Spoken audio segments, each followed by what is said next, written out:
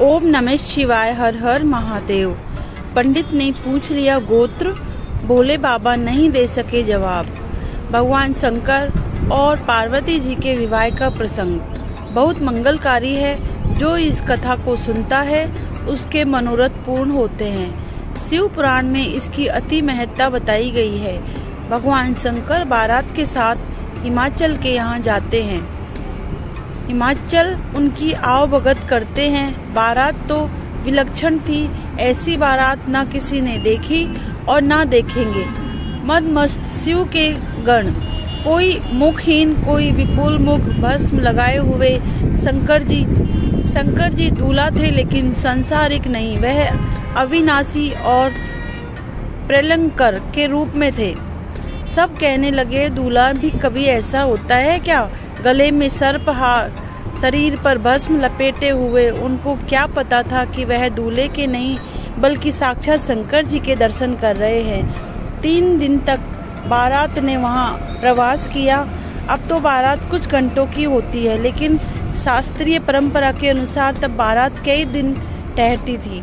सारे मंगल कार्य विधि विधान से होते थे। पार्वती जी के साथ सखिया हंसी ठिठोली कर रही है, सखिया मंगल गान कर रही है। सब लोग शंकर जी की जय जयकार कर रहे हैं। फिर आया फेरों का वक्त। शंकर जी और गौरी फेरों के लिए बैठे। पंडितों ने शंकर जी से कहा कि अब आप संकल्प कीजिए। महासंकल्प लेने वाले शंकर जी आज स्वयं संकल्प कर रहे हैं। जिनके संकल्प मात्र से ही सारे कार्य सिद्ध होते हैं, आज उनको पंडित कह रहे हैं कि आप संकल्प कीजिए। शंकर जी संकल्प को उद्धत हुए। तभी पंडितों ने उनसे पूछा, आपका गोत्र क्या है? शंकर जी हैरान, कैसे बताएं कि क्या है गोत्र? कभी इस पर ध्यान ही नहीं दिया। सृष्टि के जन्म पालन और संहार में लगे रहे। शंकर जी का त्रिलोक ही गोत्र है। शंकर जी ने ब्रह्मा जी और विष्णु को देखा। दोनों ने शंकर जी को देखा और हंसने लगे। पंडित जी समझ गए कि उससे भूल हो गई। पंडित जी ने फेरे कराए और वहीं पर जयमाला की रस्म हुई। जयमाला कराने का शास्त्रीय विधान फेरों के बाद का है। पंडित जी ने बारी बारी से वचन कराए। शंकर और पार्वती जी ने पति धर्म और पत्नी धर्म का पालन करने के लिए वचन भरे। इस प्रकार भगवान शंकर का विवाह पार्वती जी के साथ संपन्न हुआ। बारात जब भी विदा की अनुमति मांगती, हिमाचल रोक देते। अभी थोड़ा रुको ना। 3 दिन बाद बारात की तरफ से शंकर जी ने अनुमति मांगी तो हिमाचल ने और रोक लिया। हिमाचल बारात को नहीं रोक रहे थे, इसके पीछे उनके पिता मोह था। वह अपनी लाडली पार्वती को विदा करने का साहस नहीं कर पा रहे थे। करते भी कैसे? पिता का मोह होता ही ऐसा है। बाबुल के घर से विदाई के वक्त बहुत भावुक होते हैं।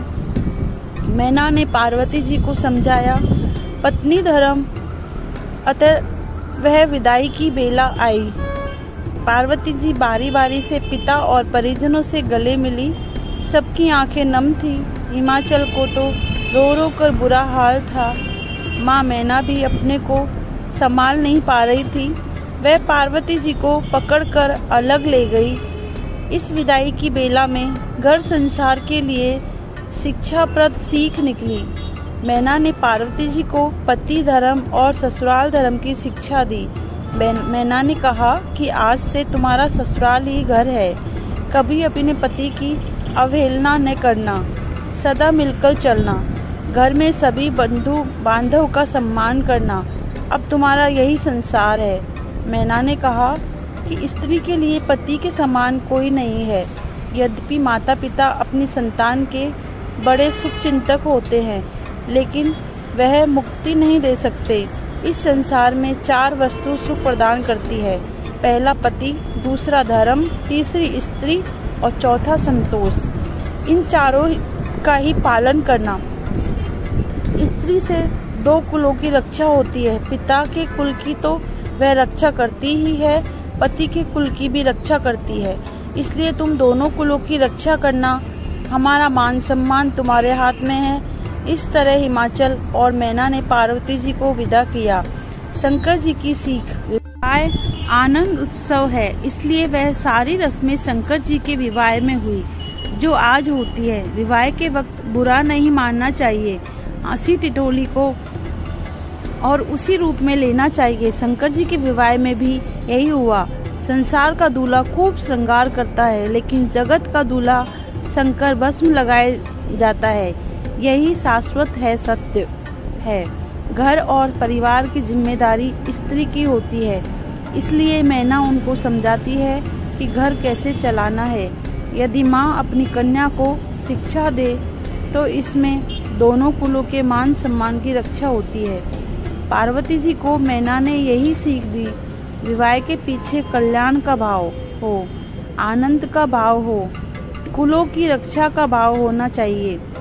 पति पत्नी दोनों को ही अपने अपने धर्म का पालन करना चाहिए, तभी फेरों के वक्त वचन कराए जाते हैं। शंकर जी और पार्वती जी ने भी इन वचनों को भरा, क्योंकि यह वैदिक परंपरा है।